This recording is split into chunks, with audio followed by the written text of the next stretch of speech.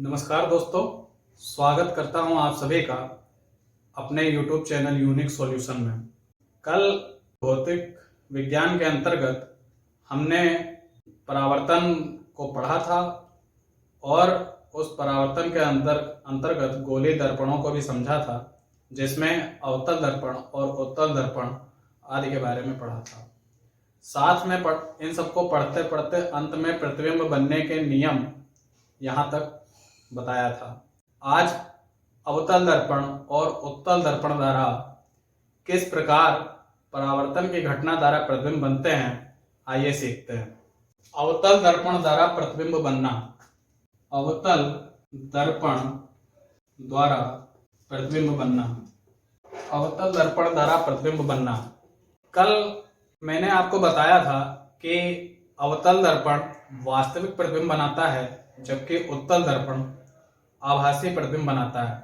वास्तविक प्रतिबिंब और आभासी प्रतिबिंब क्या होते हैं, जरा पहले इसको समझ लें।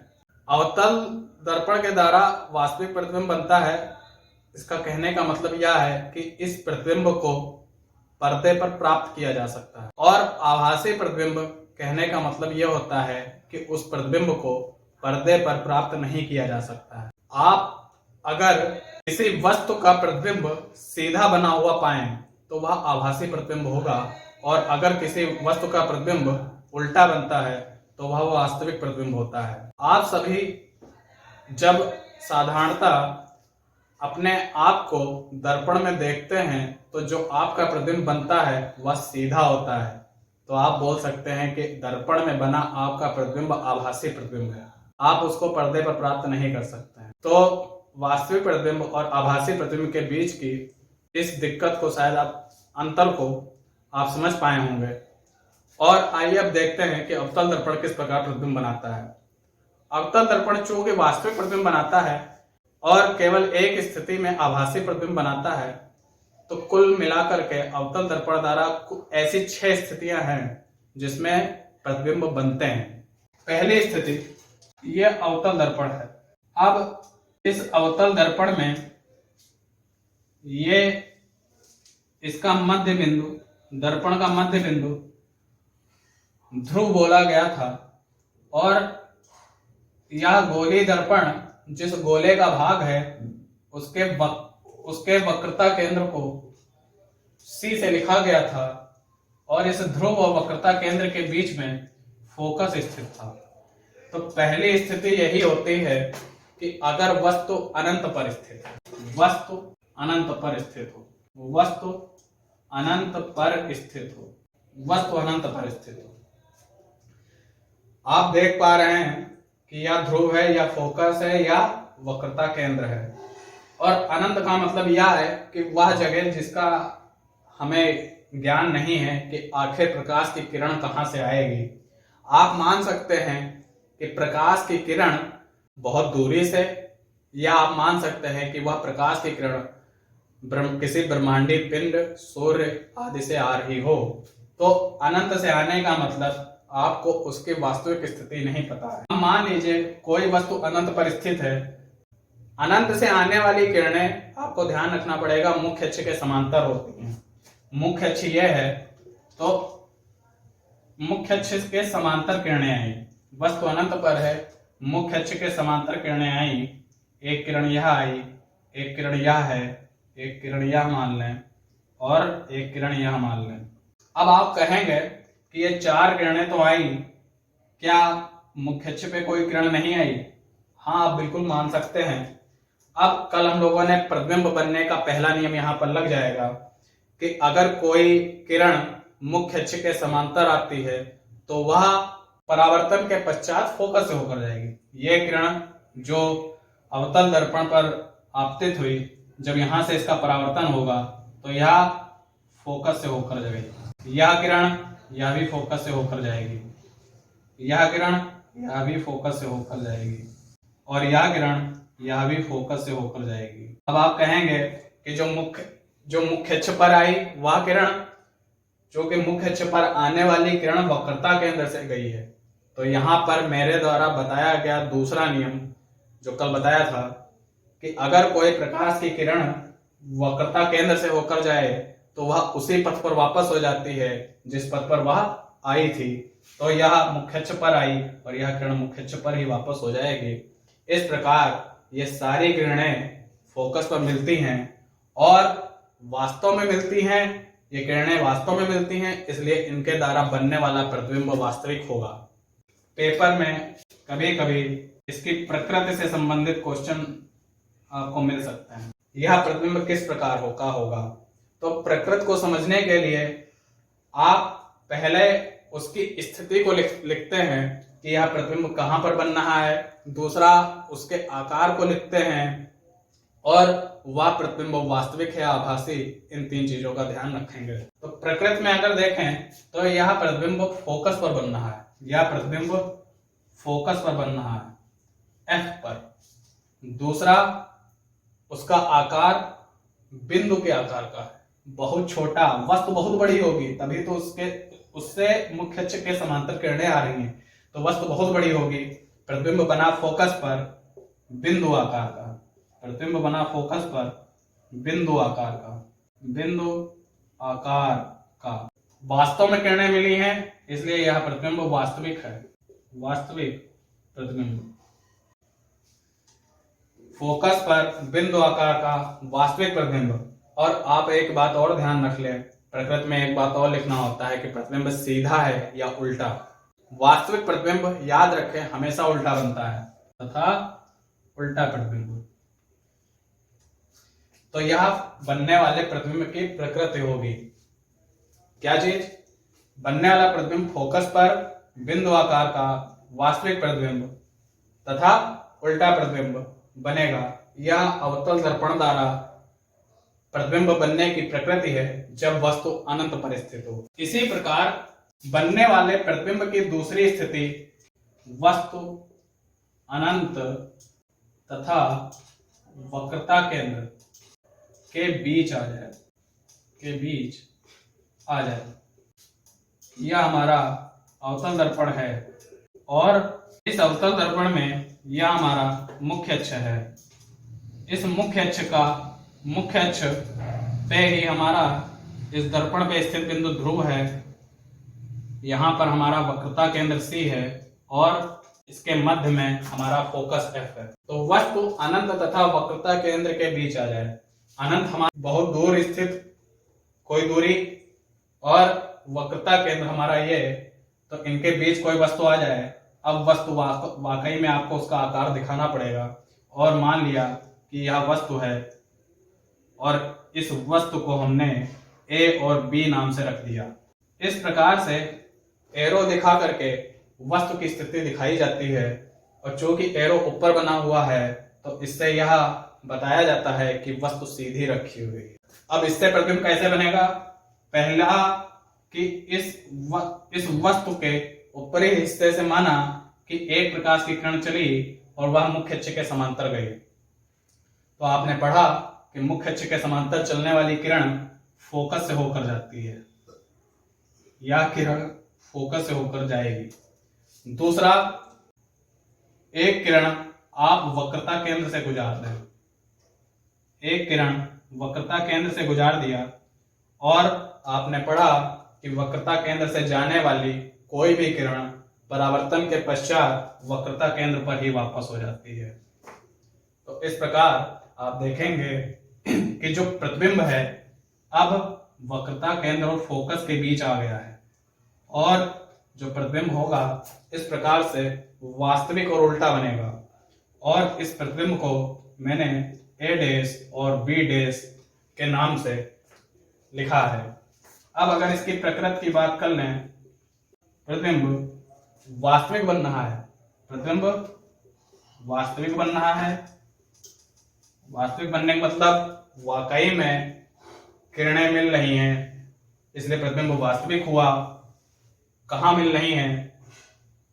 C और F के बीच, वक्रता केंद्र और फोकस के बीच, C तथा F के बीच।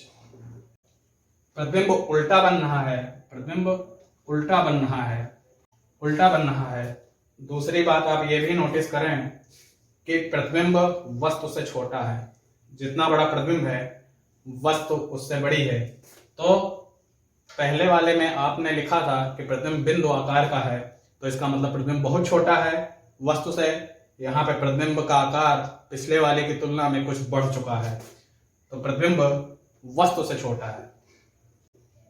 इतनी स्थितियां प्रकृति को बताते समय आपको बतानी पड़ेंगी। कैसा प्रतिबिंब है? वास्तविक है, C तथा F के बीच में है, उल्टा है और वस्तु से छोटा है। यह हमारी दूसरी कंडीशन हुई कि जब हमारी वस्तु अनंत तथा वक्रता केंद्र के बीच आ जाए। पहली कंडीशन पढ़ी, वस्तु अनंत पर थी। अब बात करते हैं अगली कंडीशन की। नंबर तीसरा, वस्तु वक्रता केंद्र पर आ जाए।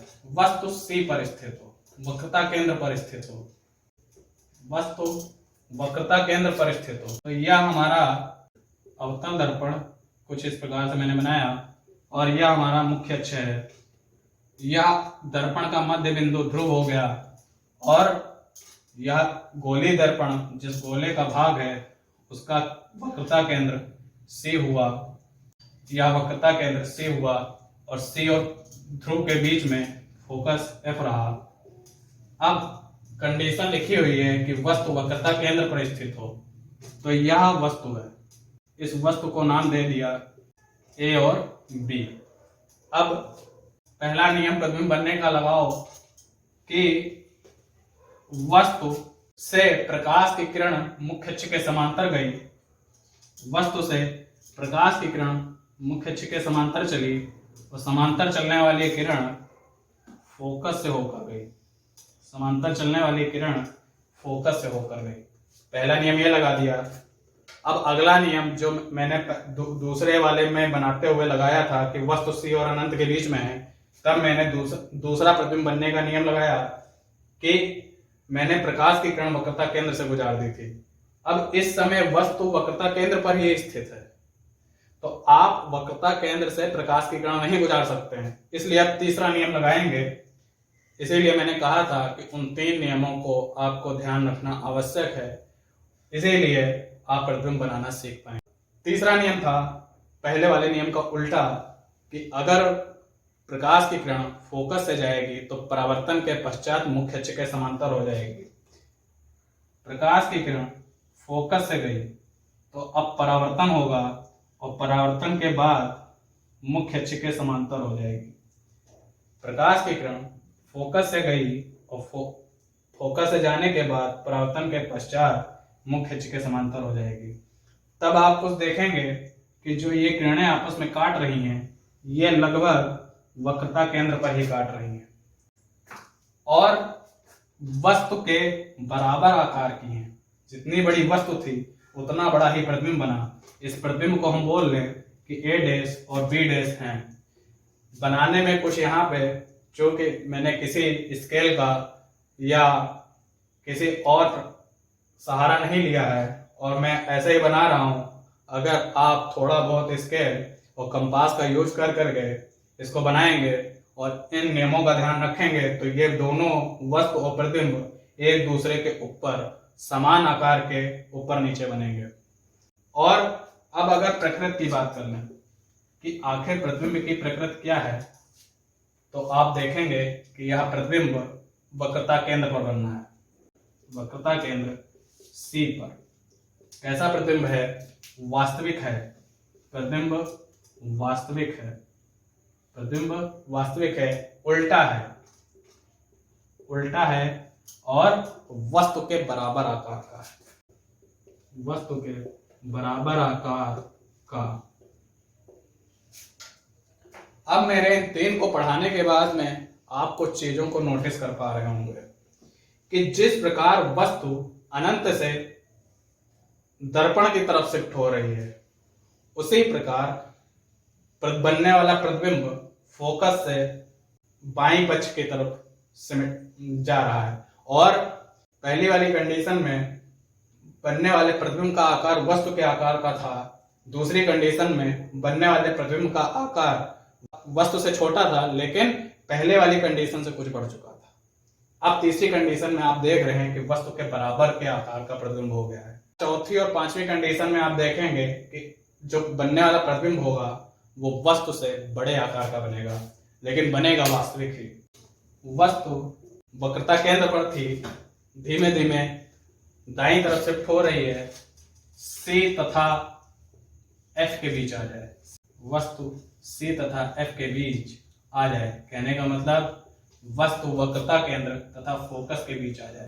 यह हमारा अवतल दर्पण और यह हमारा रहा मुख्य अक्ष, यह हमारा रहा इसका ध्रुव, यह हमारा रहा इसका वक्रता केंद्र और यह रहा हमारा इसका फोकस।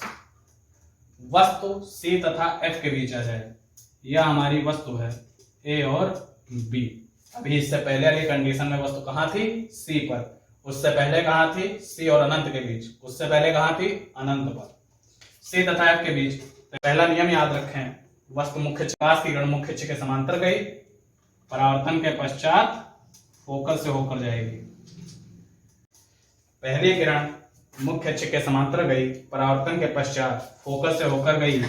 और दूसरा नियम आप लगा लें जो आप लगाते थे कि वक्रता केंद्र से जाने वाली किरण वक्रता केंद्र पर ही वापस हो जाती है, जो कि आप अब इस वस्तु को वक्रता केंद्र से आगे निकाल चुके हैं, तो आप वक्रता केंद्र से मत गुजारें।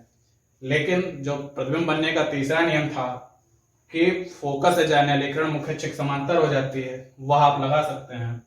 फोकस से जाने वाली किरण मुख्य अक्ष के समांतर हो जाती है और आप कुछ देखेंगे कि प्रतिबिंब हमारा A डैश B डैश ये बना। आप साफ साफ देख पा रहे हैं कि प्रतिबिंब वस्तु से बड़ा हो चुका है, वास्तविक है, उल्टा है और स्थिति पहले C पर बनना था, अब इधर आ गई C तथा अनंत के बीच। प्रकृति प्रतिबिंब वास्तविक उल्टा वस्तु से बड़ा और C वक्रता केंद्र तथा अनंत के बीच, वक्रता केंद्र तथा अनंत के बीच।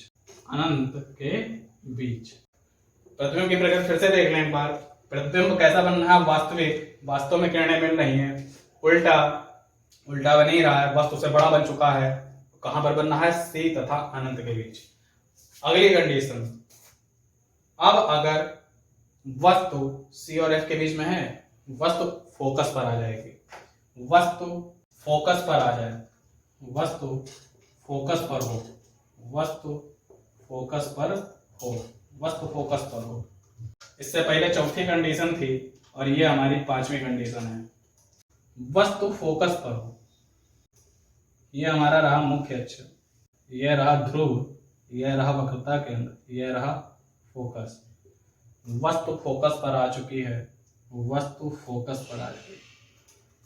इस वस्तु का नाम A और B लिख लिया। अब अगर पहली किरण मुख्य अक्ष के समांतर चलेगी, कहां से जाएगी? अब शायद आप नियमों को लगाना सीख चुके होंगे। फोकस से जाएगी, परावर्तन के पश्चात फोकस से जाएगी। अब आप ना दूसरा नियम लगा सकते हैं और ना तीसरा नियम लगा सकते हैं। दूसरा नियम था वक्रता केंद्र से जाए तो वक्रता केंद्र पे वापस होगी, और तीसरा था कि फोकस से जाए तो मुख्य अक्ष के समांतर हो जाएगी। अब ये फोकस पर ही है तो फोकस से नहीं गुजार सकते, तो हम परावर्तन का नियम लगाएंगे। और परावर्तन का दूसरा नियम था कि कोण I बराबर कोण R, angle of incidence is equal to angle of reflection, आपतन कोण इज इक्वल टू परावर्तन कोण। अब अगर यहां से एक किरण को यहां पर गुजार दिया जाए तब हम मानेंगे, और यह इस पे अभिलंब होगा। ये जो दर्पण है, इस दर्पण पे मुख्य अक्ष अभिलंब होगा, तो अभिलंब और आपतित किरण इनके बीच के कोण को क्या बोलते हैं? एंगल ऑफ इंसिडेंस, कोण I। और जितने कोण पे यह प्रकाश की किरण गिरी है, इतने ही कोण पर यह प्रकाश की किरण निकल जाएगी, इतने ही कोण पे यह प्रकाश की किरण बाहर निकल जाएगी। कोण I के बराबर ही कोण R होगा। देख पा रहे होंगे कोण I बराबर कोण R। आप इस बनने वाले चित्र में देख रहे होंगे, यह दोनों किरणें आपस में समांतर हैं, और अगर आपने गणित को पढ़ा है तो आप यह बात जानते हैं कि समांतर किरणें कहीं नहीं मिलती। ऐसा माना जाता है कि यह किरणें अनंत पर जाकर मिल जाएंगी, यह किरणें अनंत पर जाकर मिल जाएंगी। तो प्रकृति इसकी हो जाएगी कि वस्तु का प्रतिबिंब वास्तविक तो बनेगा ही जब अनंत पर मिलेंगी, ऐसा माना जाता है, एज्यूम कर लिया जाता है। प्रतिबिंब वास्तविक बनेगा, उल्टा बनेगा, अनंत पर बनेगा, और जब अनंत पर मिल रही है तो वस्तु से बहुत बड़ा प्रतिबिंब बनेगा। प्रकृति प्रतिबिंब कहाँ बनेगा? प्रतिबिंब अनंत पर बनेगा, अनंत पर, और वास्तविक बनेगा, वस्तु से बहुत बड़ा बनेगा, वास्तविक बनेगा, उल्टा बनेगा, और वस्तु से बहुत बड़ा, वस्तु से। इस प्रकार हम लोगों ने देखा कि अवतल दर्पण द्वारा बनने वाले 5 प्रतिबिंब किस प्रकार बनते हैं। अब आपको जब अवतल दर्पण द्वारा बनने वाले छठे प्रतिबिंब के बारे में बताने जा रहा हूं, तो आप उससे पहले सावधानी पूर्वक सुने कि यही कंडीशन होती है जो कि बहुत जरूरी है और इस पर क्वेश्चन भी बनते हैं, क्योंकि मात्र एक यही स्थिति ऐसी है जो अवतल दर्पण द्वारा आभासी बनता है, सीधा बनता है। इन 5 कंडीशन में आपने देखा कि बनने वाला प्रतिबिंब वास्तविक है, उल्टा है, लेकिन इस छठी कंडीशन में बनने वाला प्रतिबिंब आभासी होगा, सीधा होगा। और यह कंडीशन होती है जब वस्तु फोकस तथा ध्रुव के बीच हो, फोकस तथा ध्रुव के बीच हो। यह अवतल दर्पण हो गया, और यह हमारा मुख्य अक्ष हो गया, यह ध्रुव, यह वक्रता केंद्र, यह फोकस। अब वस्तु कहाँ है? फोकस तथा ध्रुव के बीच। वस्तु है फोकस तथा ध्रुव के बीच। इस वस्तु को मैंने ए और बी नाम दे दिया। पहली कंडीशन कि मुख्य अक्ष के समांतर चलने वाली किरण कहाँ से होकर जाएगी? फोकस से होकर जाएगी। अगली कंडीशन, आप फोकस से किरण नहीं गुजार सकते, आप वक्रता केंद्र से नहीं गुजार सकते। इससे पहले वाले में जो कोण आई बराबर कोण आर लगाया, उसी को फिर से लगाते हैं तो कोण आई यह है।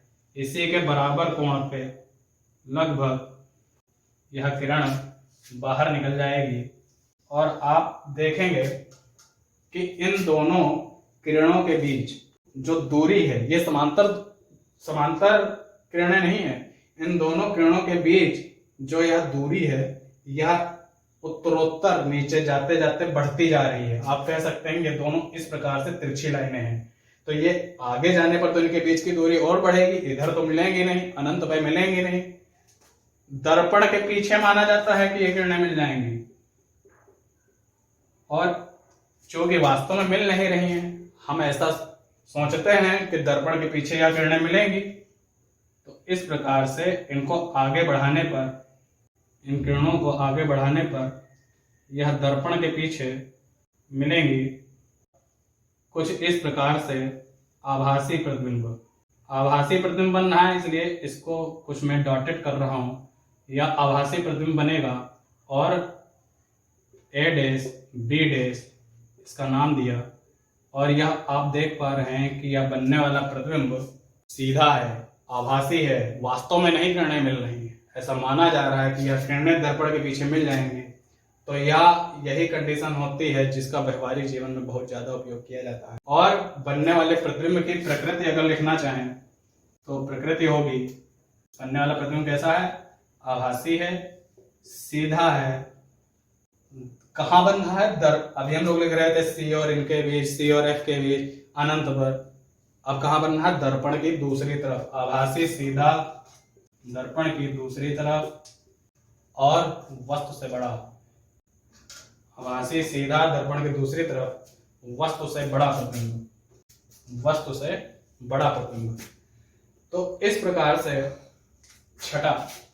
छठी स्थिति। तो इस प्रकार से अवतल दर्पण से मैं प्रतिबिंब बनाने के नियमों का प्रयोग करके किस प्रकार अवतल दर्पण द्वारा प्रतिबिंब बनाए जा सकते हैं, इसको आपने जाना। अब उत्तल दर्पण द्वारा मात्र 2 स्थितियां ऐसी हैं जो आप प्रतिबिंब बनाने की कह सकते हैं। उन 2 स्थितियों को मैं आगे बताऊंगा। आज उम्मीद है कि आप अवतल दर्पण द्वारा प्रतिबिंब बनाना सीख पाए हों। अगर आपको किसी प्रकार की दिक्कत होती है और उसका आप समाधान चाहते हैं तो कमेंट में आप अपना सुझाव अवश्य दें। साथ में इसी प्रकार के वीडियोज को पाने के लिए आप साथ में जुड़े रहें, जिसके लिए आप चैनल को सब्सक्राइब करें, लाइक करें और शेयर करना ना भूलें। धन्यवाद।